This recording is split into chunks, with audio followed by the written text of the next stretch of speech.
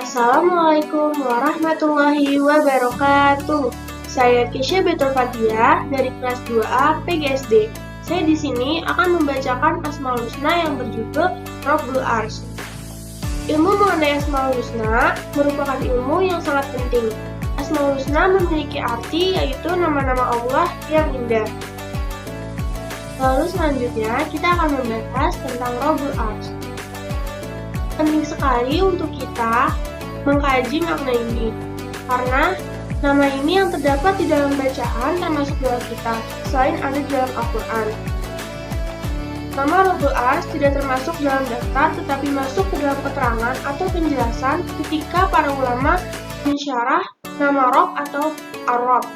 Dijelaskan makna Rabbul Arsy di antara Al-Quran banyak sekali. Allah itu Rabb atau segala sesuatu. Salah satu atau di antara sebutan untuk Allah dalam Al-Quran dengan kata Rabb adalah Rabbul Arsy. Dalam Al-Quran, Rabbul Arsy disebut sebanyak 2 kali. Lalu di sini ada makna Arsy. Arsy itu secara bahasa aslinya bermakna sesuatu yang beratap, suatu bangunan yang ada atapnya. Arsy itu merujuk untuk hal-hal yang beratap atau tinggi atau atapnya itu sendiri. Dalam terjemahan kita, arsy itu diartikan singgasana. Dalam bahasa Arab sebenarnya, arsy itu sering diartikan syarirul malik. Syarirul yang berarti dipan atau ranjang, atau bisa disebut dengan tempat orang bisa duduk dan juga istirahat. Lalu malik yang berarti ranjangnya raja atau kursi tetapi bukan kursi. Umumnya begitu makna arsy dalam bahasa penggunaannya. Lalu ada singgasana. Singgasana itu bayangan kita kursinya raja yang keren. Tapi antara kursi dan dipan atau ranjang itu beda bentuknya. Tetapi itu sama-sama dikandung dalam kata arsy. Makanya dalam terjemahan ada yang memahami singgasana atau ada yang memahami bahkan itu kursi. Tapi umumnya para ulama membedakan antara arsy dan kursi, karena memang di dalam nas sering dibedakan. Kursi itu di ayat kursi. Kursi di situ beda untuk dipahami sebagaimana kursi manusia. Demikian juga arsy di sini tidak untuk dipahami sebagaimana arsy-nya singgasananya manusia, raja-rajanya manusia. Tetapi masyhur sekali dalam nas dan juga pemahaman bahwa arsy ini adalah makhluk yang terbesar di antara makhluk Allah. Yang paling besar itu arsy. Para ulama sering menyebutkan makna arsy ini ciptaan fisik paling besar, paling tinggi, bahkan termasuk paling awal. Lalu makna arsy ini atap semua makhluk yang meliputi semua ciptaan fisik. Hakikat dari makna arsy ini tidak diketahui, tetapi namanya saja yang kita ketahui. Jadi untuk diimani saja. Lalu di sini ada makna Rabbul Arsy.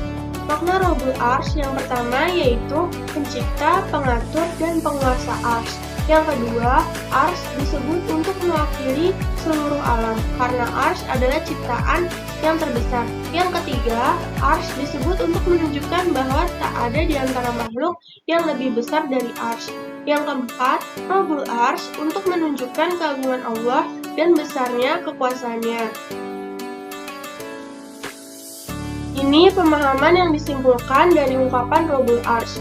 Bagaimana kita sebagai hamba Rabbul Arsy itu mendapatkan manfaat dari pengetahuan kita tentang Allah sebagai Rabbul Arsy. Lalu selanjutnya, kepribadian hamba Rabbul Arsy. Mengimani Allah sebagai Rabbul Arsy, insya Allah dapat menimbulkan pengaruh-pengaruh positif dalam diri kita, yaitu yang pertama, memantapkan keimanan kepada rububiyahnya Allah, bahwa Allah lah pencipta, pemilik, penguasa, pengatur, dan pemelihara semesta alam, yang dikenali manusia maupun yang terjangkau oleh manusia. Yang kedua, meneguhkan ketundukan hamba kepada Allah saat sujud, saat sholat, dan saat kapan saja, serta ketakwaan kepadanya.